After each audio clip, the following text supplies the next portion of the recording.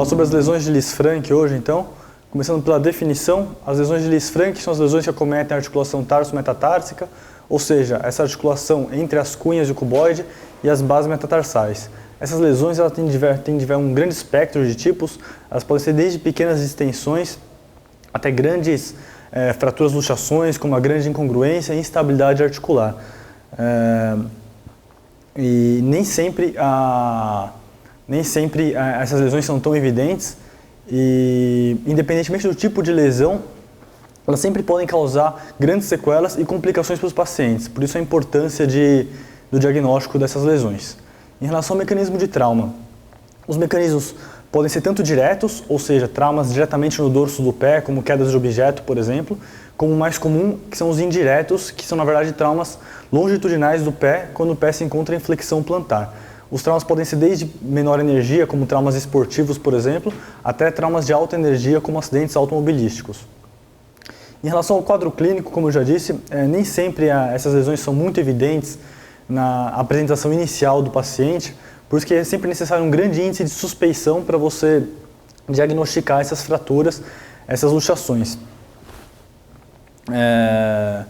E não é à toa também que esse tipo de lesão, por isso mesmo, é uma das lesões que muitas vezes você não são vistas no primeiro atendimento no pronto-socorro. Bom, então como sintomas dessas lesões, inicialmente o paciente pode apresentar dor na articulação tarso-metatarsal, pode também apresentar uma dor nas articulações proximais à medida que você dorsiflete e flete plantarmente a cabeça dos metatarsos. Você pode ter dor no médio pé durante a elevação do calcanhar e você ainda pode apresentar um sinal típico dessas lesões, que é a equimose plantar. Falando um pouco sobre os exames de imagem, então, os exames de imagem nem sempre, aliás, muitas vezes o raio-x ele não é tão evidente, não mostra claramente uma lesão dessa articulação, por isso que também, mais uma vez, é importante você sempre suspeitar dessa lesão e ir atrás dela. E por isso mesmo, as radiografias, sempre que possível, devem ser realizadas com carga ou sob estresse. Nessas radiografias, primeiramente, você vai ter a radiografia em AP, né, onde você vai ter que observar o alinhamento entre a borda lateral da cunha medial com a base do primeiro metatarso e da borda medial da cunha intermédia com a base do segundo metatarso. Nesse caso em questão, então, a gente vê uma primeira radiografia à esquerda, onde você não nota nenhuma lesão muito evidente. Já na radiografia com carga à direita, você já observa como você acaba tendo um desalinhamento entre o segundo metatarso e a borda medial da cunha intermédia e também uma abertura entre o primeiro e o segundo metatarsos.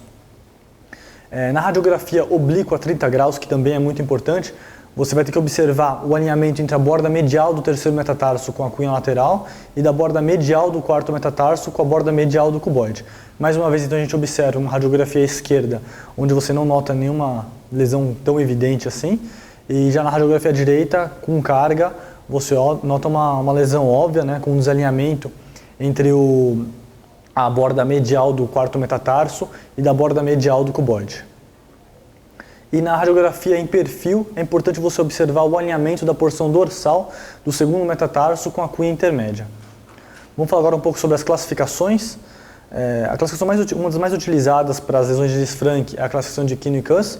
Você divide ela em 3 tipos. O primeiro tipo, você vai ter um desvio de todos os raios, um desvio total homolateral, seja para lateral, seja para medial, mas todos os raios vão estar desviados para o mesmo lado.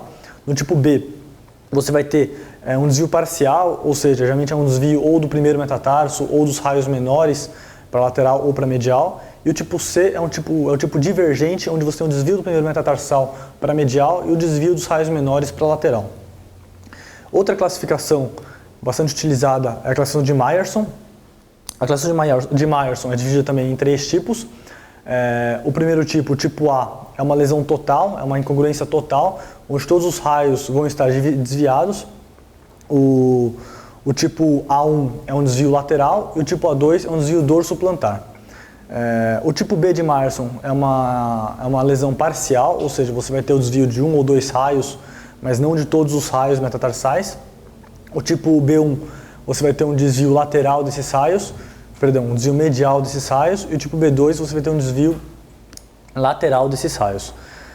E o tipo C, finalmente, você vai ter uma lesão divergente, né? Então você vai ter um desvio um desvio medial do primeiro raio, um desvio lateral dos raios laterais, sendo que o C1 você tem um desvio parcial, ou seja, não são todos os raios que estão comprometidos, e no tipo C2 você já tem um comprometimento de todos os raios envolvidos.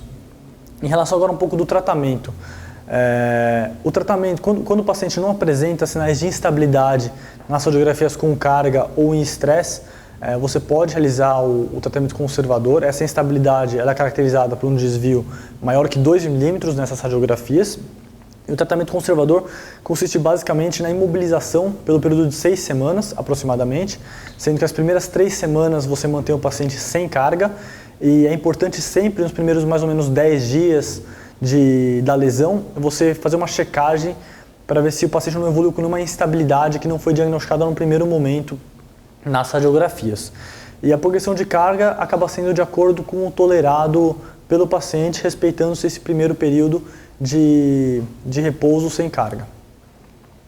Em relação ao tratamento cirúrgico, em relação às incisões, primeiramente, as incisões mais utilizadas são 2 incisões, uma no primeiro espaço, entre o espaço do primeiro metatarso e do segundo metatarso, e uma segunda incisão sobre o quarto metatarsal. Com isso você consegue uma boa visualização de toda a articulação de Lisfranc. Porém, na verdade, a incisão ela vai depender muito mais do tipo de lesão do paciente e do tipo de abordagem que você vai querer realizar nesse paciente, então ela é muito variável de acordo com o caso. Na hora da fixação, inicialmente você vai fixar as cunhas, o cuboide e as fraturas articulares na região da articulação tarso-metatársica, para depois começar a realmente fixar os metatarsos. Então, primeiramente, depois disso, você vai começar fixando o segundo metatarsal. Após a fixação, você vai testar a estabilidade do resto dos raios, e se esses raios se mantiverem instáveis, aí você vai realizar a fixação do terceiro metatarso. Mais uma vez, você vai depois testar a estabilidade do quarto e do quinto raio. Se ainda você tiver uma instabilidade remanescente, você vai fazer uma fixação do quarto e assim também, posteriormente, do quinto raio. Lembrando que os raios laterais, o quarto e o quinto raio, eles são raios mais móveis e a mobilidade deles é muito importante para a biomecânica do pé. Então sempre é preferível você fazer a fixação desses raios mais laterais, quarto e quinto principalmente, com fios de Kirchner ao invés de parafusos. E finalmente, depois da fixação do quinto raio, você vai fixar o primeiro metatarso por último. Mas na maioria das vezes a fixação do quinto raio acaba nem sendo necessária, porque com a fixação do quarto raio, devido aos ligamentos intermetatarsais, acaba se estabilizando também o quinto raio por consequência. Bom, em relação às complicações agora, as principais complicações da lesão de Lisfranc é a redução incompleta ou a redução inadequada da lesão, a perda da redução posteriormente e a artropatia pós-traumática também é frequente. Lembrando que o prognóstico funcional do paciente é diretamente relacionado com a qualidade da redução que você alcança e da capacidade de se manter essa redução. Por isso que é sempre fundamental você conseguir uma redução adequada, uma redução anatômica dessas lesões e fazer uma síntese também que permita a estabilização e fazendo com que você também não perca essa redução posteriormente, porque isso é fundamental no resultado final do paciente. Aqui a bibliografia utilizada.